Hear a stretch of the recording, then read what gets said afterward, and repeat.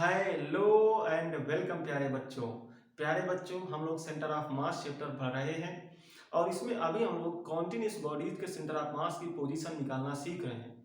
पिछले वीडियोस में हम लोगों ने हाफ रिंग, हाफ डिस्क, होलो हेमिस्फीयर और सॉलिड हेमिस्फीयर के बारे में ये देखा हुआ है कि उनका जो सेंटर ऑफ मास होता है वो कहाँ पर होता है।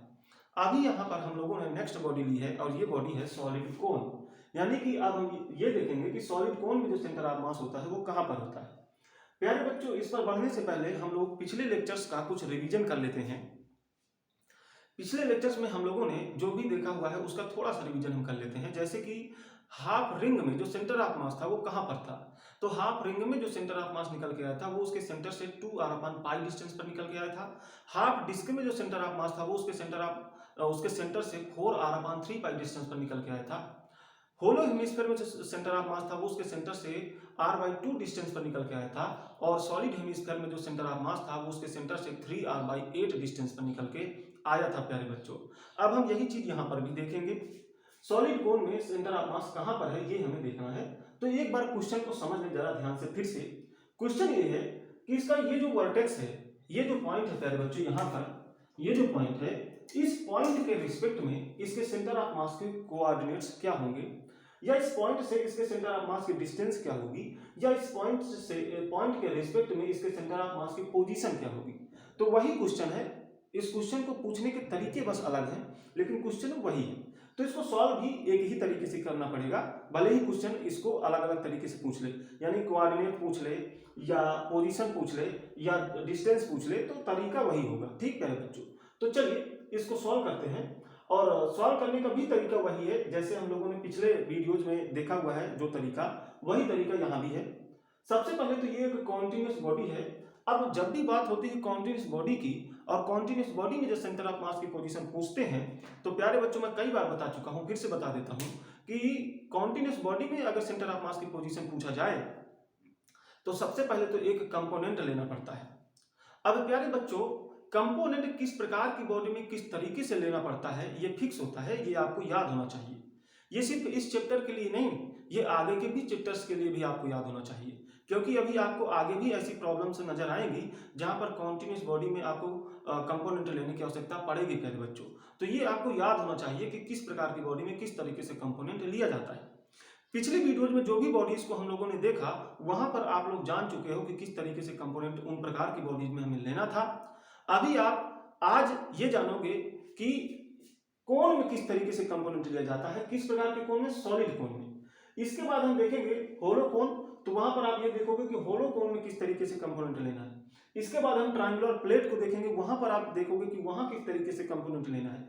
तो जैसे जैसे बॉडीज हम लेते जाएंगे वैसे वैसे आपको ये पता चलता जाएगा कि किस प्रकार की बॉडी में किस तरीके से कंपोनेंट लिया जाता है। उसके बाद प्यारे बच्चों, ना सिर्फ इस चैप्टर के लिए बल्कि आगे के भी चैप्टर्स के लिए आपको उस चीज को याद रख लेना है। तो चलिए प्यारे बच्चों, क्वेश्चन को हम लोग समझ गए हैं, अब हम इसे सॉल्व करेंगे। तो अगर मुझे यहां से बताना है सेंटर ऑफ मास के कोऑर्डिनेट्स, तो इस पॉइंट को मैं ओरिजिन की तरह लूंगा। आपको ये पता होगा कि जिस पॉइंट के रिस्पेक्ट में सेंटर ऑफ मास के बारे में पूछे उस पॉइंट को हमें ओरिजिन की तरह लेना पड़ता है प्यारे बच्चों। तो ये हमारा ओरिजिन हो जाएगा। अब अगर ये ओरिजिन है तो इसी से कोऑर्डिनेट एक्सिस भी जोड़े जाएंगे। तो चलिए कोऑर्डिनेट एक्सिस भी जोड़ लेते हैं। तो प्यारे बच्चों, इधर की साइड अगर हमने एक्स एक्सिस मान लिया है तो इसके परपेंडिकुलर डायरेक्शन में इधर हमें वाई एक्सिस मानना चाहिए। तो चलिए यहाँ पर वाई एक्सिस मान लेते हैं। तो ये जो डॉटेड लाइन है इसी के ऊपर से होता हुआ हमारा वाई एक्सिस जाएगा प्यारे बच्चों। तो ये हमारा वाई एक्सिस हो गया। ठीक, ये इसी डॉटेड लाइन के ऊपर से प्यारे बच्चों होता हुआ जाएगा। ठीक, तो ये हमारा एक्स एक्सिस हो गया, ये वाई एक्सिस हो गया। अब देखिएगा सबसे महत्वपूर्ण पार्ट क्या होता है ऐसे क्वेश्चंस का। सबसे महत्वपूर्ण जो पार्ट होता है, जो सबसे इंपॉर्टेंट पार्ट है, वो है कंपोनेंट लेना। तो अब हम कंपोनेंट लेने जा रहे हैं, तो वो देखिएगा कि किस तरीके से यहाँ पर कंपोनेंट लिया जाता है।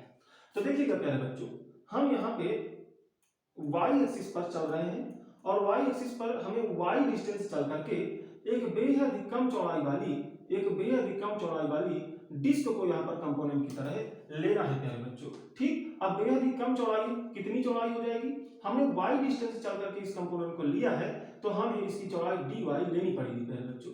ठीक, अब इस तरीके को आपको याद रखना है। ठीक, इसी तरीके से आपको सॉलिड कोन में कंपोनेंट लेना चाहिए, यहां भी और आगे के चैप्टर्स में भी प्यारे बच्चों। तो इसको याद रख लेना है। अब एक चीज यहाँ पर देख लीजिएगा, ये जरूरी नहीं है कि आप यहाँ पर y ही लो, आप r ले लो, है ना। आप r पे चल करके dr चौड़ाई वाली डिस्क ले सकते थे, आप कुछ और ले सकते थे, आप a पे चल करके dA चौड़ाई वाली डिस्क ले सकते थे। तो आप यहाँ पे लेटर कुछ भी ले सकते हो, लेकिन कंपोनेंट लेने का जो तरीका है वो चेंज नहीं होगा, ठीक। तो इस चीज को याद रखना है। चलिए प्यारे बच्चों, इसको हम मिटा लेते हैं, फिर आगे बढ़ते हैं, ठीक। चलिए, अब एक महत्वपूर्ण काम हम लोगों ने कर लिया है, इसको जरा ध्यान से देखिए। क्या है? ये डिस्क है प्यारे बच्चों।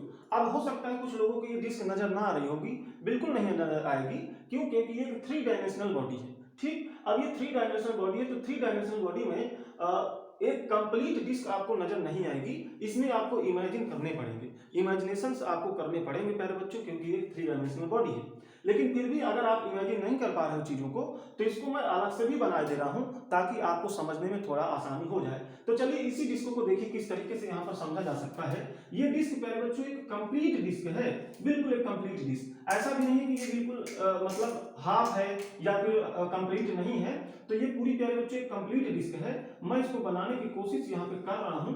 ओहो प्यारे बच्चों, मैं आपके लिए अच्छा बनाने की कोशिश यहाँ पर कर रहा हूँ, तो देखिएगा। वैसे भी हाथ से परफेक्टली चीजों को बना पाना संभव नहीं है, ये इंस्ट्रूमेंट नहीं है प्यारे बच्चों, तो थोड़ा सा गलतियां तो इसमें से होंगी ही। तो चलिए देखने की कोशिश करते हैं, आप भी थोड़ा सा समझिएगा इसमें। इस तरीके से अगर हम देखें तो प्यारे बच्चों, ये कुछ इस तरीके से हमारे पास एक डिस्क होने वाली है, ध्यान से देखिएगा। इस तरीके से ये डिस्क होने वाली है प्यारे बच्चों, ठीक। अब यहाँ पे ये डिस्क है, तो सब जगह यहाँ पे अंदर मास बिखरा हुआ होगा प्यारे बच्चों, और ये इसका सेंटर है, ये इसके लिए विड्थ है प्यारे बच्चों, ये इसकी विड्थ है, तो इसको भी ध्यान से देख लीजिएगा।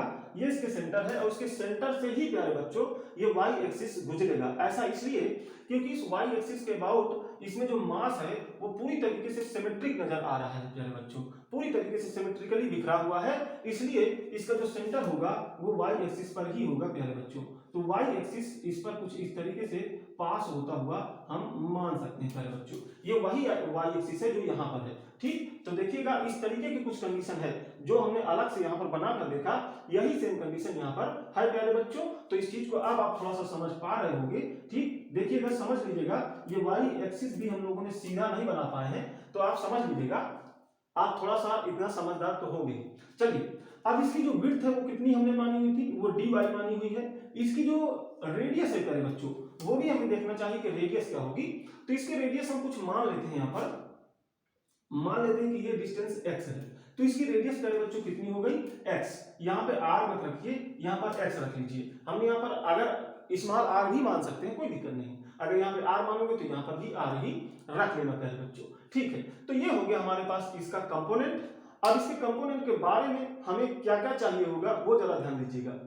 देखिए, अगर हम इस कॉन्टिन्यूस बॉडी के सेंटर ऑफ मास की बात करें, तो अगर मुझे इसके सेंटर ऑफ मास के कोऑर्डिनेट्स निकालने हो, तो अगर मुझे x कोऑर्डिनेट चाहिए हो, तो x कोऑर्डिनेट किस तरीके से निकलता है, तो x प्यारे बच्चों किस तरीके से निकलता है, आप लोगों को पता है, dm इंटू dm का x कोऑर्डिनेट और इसको इंटीग्रेट करते हुए अपान में टोटल मास। अगर मुझे y निकालना हो तो मैं क्या करूंगा, dm इंटू dm का y कोऑर्डिनेट और इसको इंटीग्रेट करते हुए अपान में टोटल मास। तो यही तरीके हैं इसके कोऑर्डिनेट निकालने के लिए, इसके सेंटर ऑफ मास के, है ना। तो देखिए किन किन चीजों की जरूरत होती है सेंटर ऑफ मास के कोऑर्डिनेट निकालने के लिए। तो यहाँ पे सबसे पहले तो डीएम मास की आवश्यकता होती है। डीएम मास क्या है, जो आपने कंपोनेंट लिया है उसका मास ही डीएम मास होता है प्यारे बच्चों, ठीक है। और ये क्या है, इस डीएम का एक्स कोऑर्डिनेट, और ये क्या है, इस डीएम का वाई कोऑर्डिनेट। ये मास हमने पहले से इस बॉडी के लिए माना हुआ है, तो ये हमें पता है पहले से, ठीक है। हमें निकालना क्या क्या है, हमें डीएम निकालना है और हमें इस डीएम के एक्स और वाई कोऑर्डिनेट निकालना है, तभी हम क्वेश्चन को आगे सॉल्व कर पाएंगे। तो चलिए प्यारे बच्चों, सबसे पहले हम डीएम और उसके एक्स और वाई कोऑर्डिनेट निकाल लेते हैं, फिर हम इस क्वेश्चन को सॉल्व कर पाएंगे। तो देखिए, डीएम क्या है, इस पर्टिकुलर कंपोनेंट का मास ही डीएम है प्यारे बच्चों, ठीक, इसका मास ही डीएम है। तो अब डीएम निकालने में थोड़ा सा सावधानियां रखिएगा। देखिए, डीएम निकालने के लिए तरीका क्या है, तो प्यारे बच्चों इस डीएम को कैसे निकालोगे, तो यहाँ पे जो मास डेंसिटी बन रही है इस बॉडी की, मास डेंसिटी, वो इनटू में इसका जो वॉल्यूम होगा उससे मल्टीप्लाई करोगे। अब देखिए वॉल्यूम क्यों, वॉल्यूम में मास डेंसिटी यहाँ पर निकल के आएगी। क्यों? क्योंकि जो मास है वो पूरे वॉल्यूम में बिखरा हुआ है, सरफेस पर बिखरा हुआ नहीं है। अगर सरफेस पर बिखरा हुआ होता तो सरफेस मास डेंसिटी लेते। अब अगर ये सरफेस पर बिखरा हुआ होगा तो वहां पर ये होलो कोन हो जाएगा, सॉलिड कोन नहीं होगा। तो उसको भी अब आगे हम पढ़ने वाले हैं, सॉलिड कोन के बाद हम होलो कोन के ही पढ़ने वाले हैं। लेकिन अभी फिलहाल ये सॉलिड कोन है, तो सॉलिड कोन में पूरे वॉल्यूम में मास बिखरा हुआ होगा और यूनिफॉर्मली बिखरा हुआ होगा। अभी हम जितनी भी बॉडीज को पढ़ रहे हैं उन सभी में प्यारे बच्चों मास डिस्ट्रीब्यूशन यूनिफॉर्म ही है।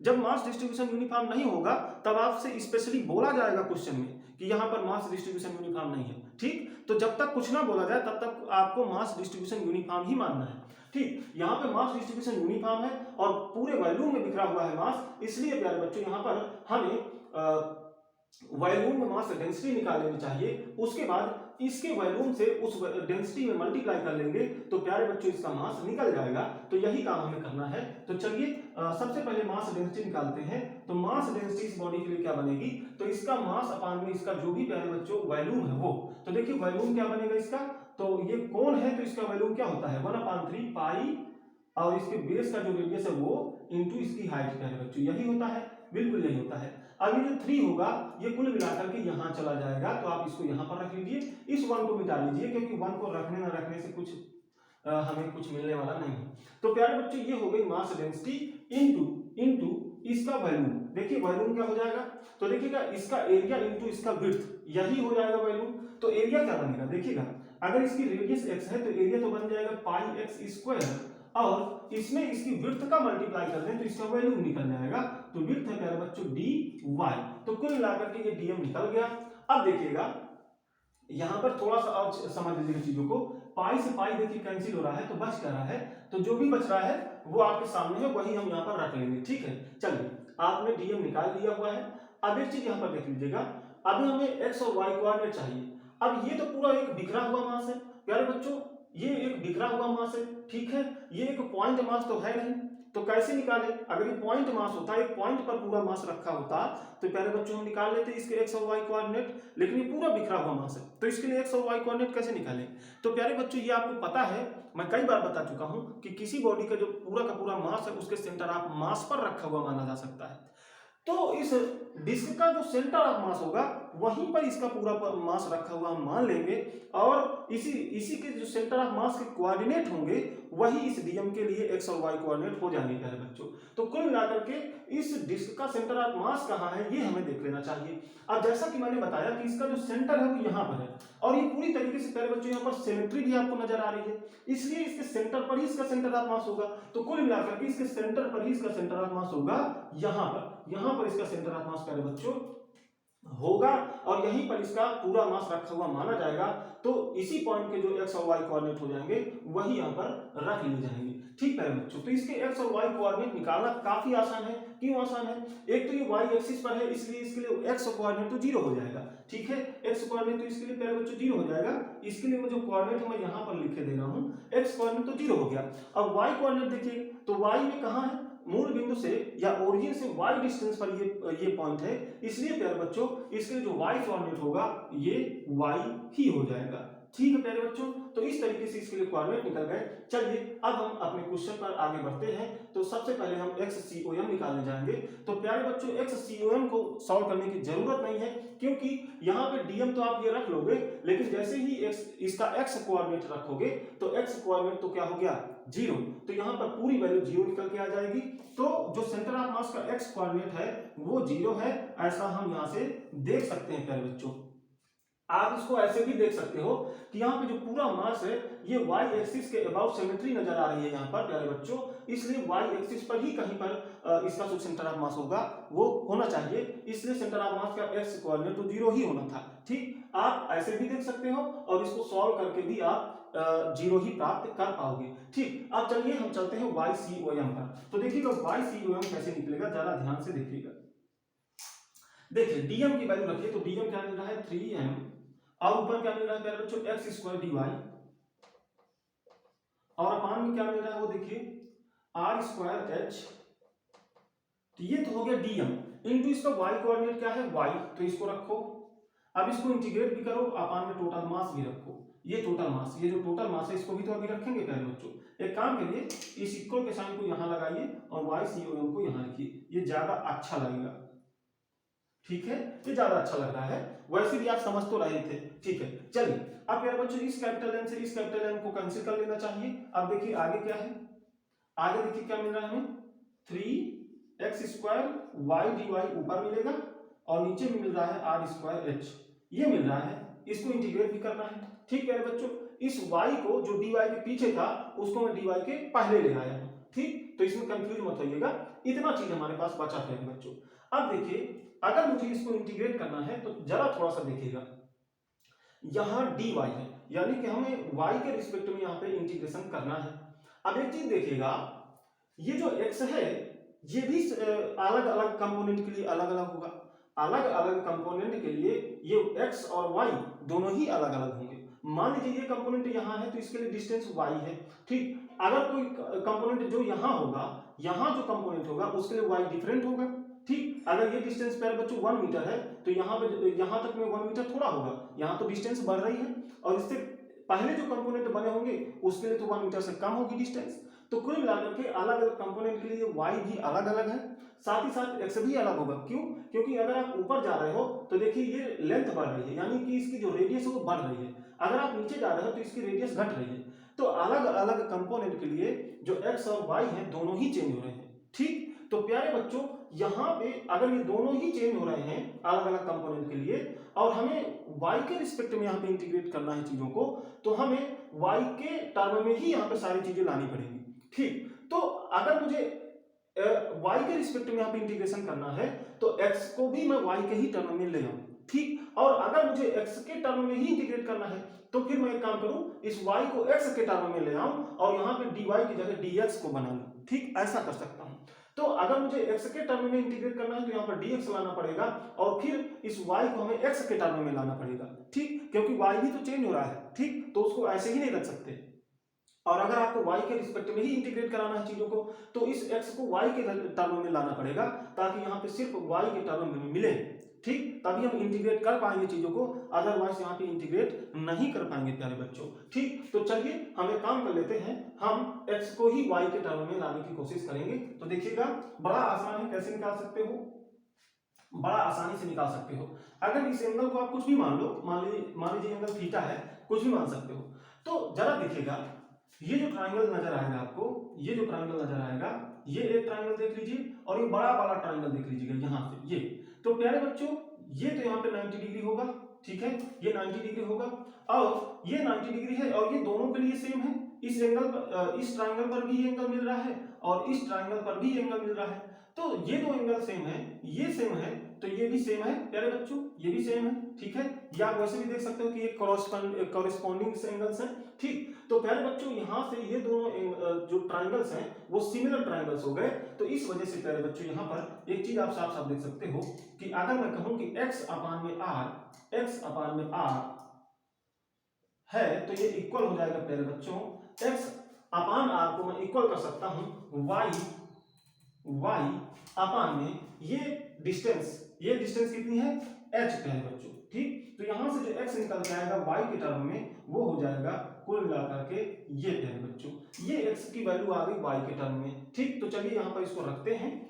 इसके लिए सबसे पहले हम थोड़ा सा जगह बना लेते हैं या फिर थोड़ा इसी को आगे रख देते हैं। चलिए, तो यहाँ पे x की जगह पे रखोगे तो इसको स्क्वायर करके रखना, क्योंकि स्क्वायर है यहाँ पे, तो स्क्वायर करके रखो यहाँ पे प्यारे बच्चों।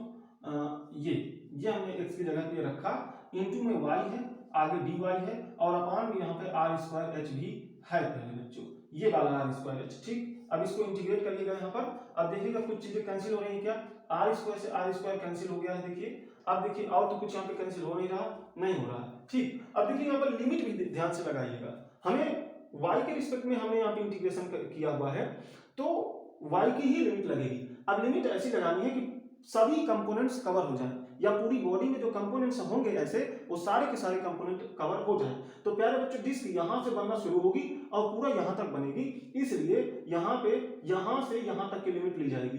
तो यहाँ से यहाँ तक की लिमिट कितनी बनेगी, तो 0 से कैपिटल H, यहाँ से यहाँ तक की डिस्टेंस कितनी है h है प्यारे बच्चों। ठीक, तो 0 से कैपिटल H की यहाँ पे हमें लिमिट लेनी चाहिए। चलिए प्यारे बच्चों हम लोग अब थोड़ा सा जगह यहाँ पर बनाएंगे ताकि हम इसको अच्छे से सॉल्व कर पाए।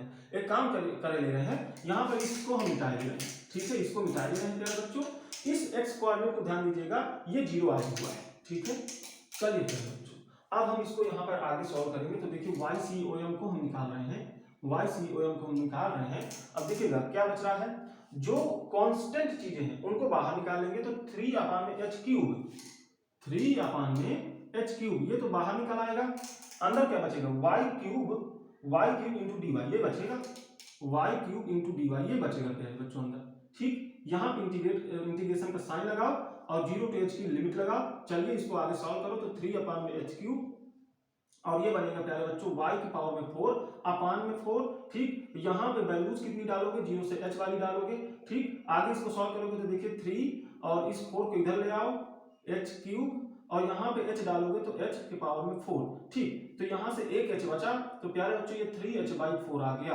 कितना आ गया, 3h/4। तो प्यारे बच्चों ये y कोऑर्डिनेट आ गया। तो देखिए सेंटर ऑफ मास के कोऑर्डिनेट क्या बने, 0 आया था x कोऑर्डिनेट और जो y कोऑर्डिनेट आया है ये 3h/4 आया है। कुल मिलाकर के इस पॉइंट से 3h/4, इस पॉइंट से प्यारे बच्चों 3h/4 डिस्टेंस पर ये जो है ये प्यारे बच्चों निकल के आया है। याद रख लेना, ये जो डिस्टेंस है ये 3h/4 है प्यारे बच्चों, ठीक। तो मान लीजिए अगर मुझे यहाँ पर इसका सेंटर ऑफ मास है तो ये जो डिस्टेंस होगी इस पॉइंट से वो होगी 3h/4 प्यारे बच्चों। तो यही इसके लिए आंसर हो जाएगा। इसके कोऑर्डिनेट ये हो जाएंगे और इसकी डिस्टेंस प्यारे बच्चों 3h/4 हो गई y एक्सिस पर, ठीक प्यारे बच्चों।